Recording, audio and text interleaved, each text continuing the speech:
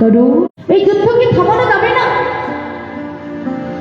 কারণ ওই কুরুক্ষেত্রের মাঠে কত মায়ের সন্তান হারাবে, কত মা নিজের সন্তানকে হারিয়ে ফেলবে, কত আত্মীয় স্বজন ওই কুরুক্ষেত্রের মাঠে নিধন হবে।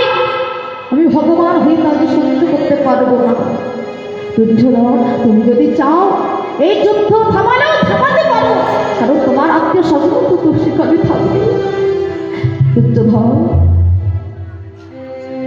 দুর্যোধন, তুমি এই যুদ্ধ থামিয়ে দাও। তুমি 5টা ভাইকে পঞ্চপাণ্ডবদের 5টি রাজত্ব দিয়ে দাও, 5টা গ্রাম দিয়ে দাও, তাহলে তারা আর যুদ্ধ করবে না। এদিকে দুর্যোধন বলবে, শোনো প্রভু, তা তো হবে না, তা আমি দিচ্ছি, বিনা যুদ্ধে নাহিয়ে দেব সুন্দর বিকিনি। না, তা তো হবে না, আমার সঙ্গে যুদ্ধ করতেই হবে। যুদ্ধ করে তবেই তারা রাজত্ব ফিরে পাবে। আমাকে যদি হারিয়ে ফেলতে পারে, আমাকে যদি যুদ্ধে হারাতে পারে, তবেই তারা 5টি গ্রাম পাবে, তার আগে আমি দেব না। কিন্তু প্রভু বলো, তুমি কার পক্ষে থাকবে বলো, আমার কাছে সব কিছু আছে, রাত সত্য ধন সম্পদ আমার কাছে কোনো অভাবে নেই, সব কিছু আছে, বলো তুমি কার পক্ষে থাকবে। প্রভু বললেন, দুর্যোধন, তোমার বড় অহংকার হয়েছে, তাই না, দেখবো আজ আমি তোমার অহংকার চূর্ণ বিচূর্ণ করবো। দুর্যোধন শোনো, আমি আজ রাত্রিবেলায় দ্বারকায় শয়নে থাকবো, আর প্রভাতকালে আমি তার বদনামে দর্শনে করবো, আমি তার পক্ষেই থাকবো। আজ রাত্রিবেলায় তুমি আমার দ্বারকায় যে। ভগবান কি করলেন এই সংবাদ দিয়ে? দ্বারকায় গেলেন, আর ওইদিকে অর্জুনকে আবার বলে দিয়েছিল, অর্জুন তুমিও কিন্তু রাত্রিবেলায় যে যার বদন আমি দর্শন করবো, তারই কিন্তু আমি পক্ষে থাকবো।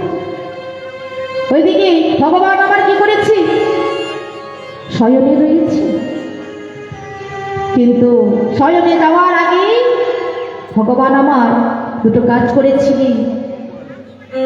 কি করেছিল না, মস্তকের দিকে রেখেছি সোনার সিংহাসন, আর চমনের দিকে রেখেছি কুশের আসন।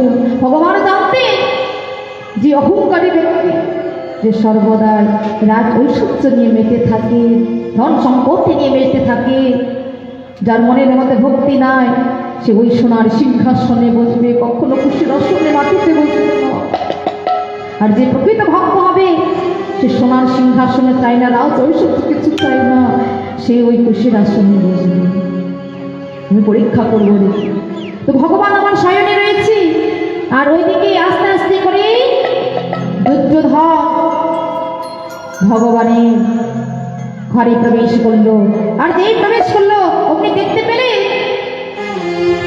না সোনার সিংহাসন মস্তকের দিকে রয়েছে, যেই মস্তকের দিকে রয়েছে, এদিকে দুর্যোধন আনন্দিত মনে কি করলে, ছুটে গেলে ওই সোনার সিংহাসনে গিয়ে বসেছে। সোনার সিংহাসনে যেই গিয়ে বসলে, চরণটা চরণের উপরে রেখে দিয়ে বসেছে,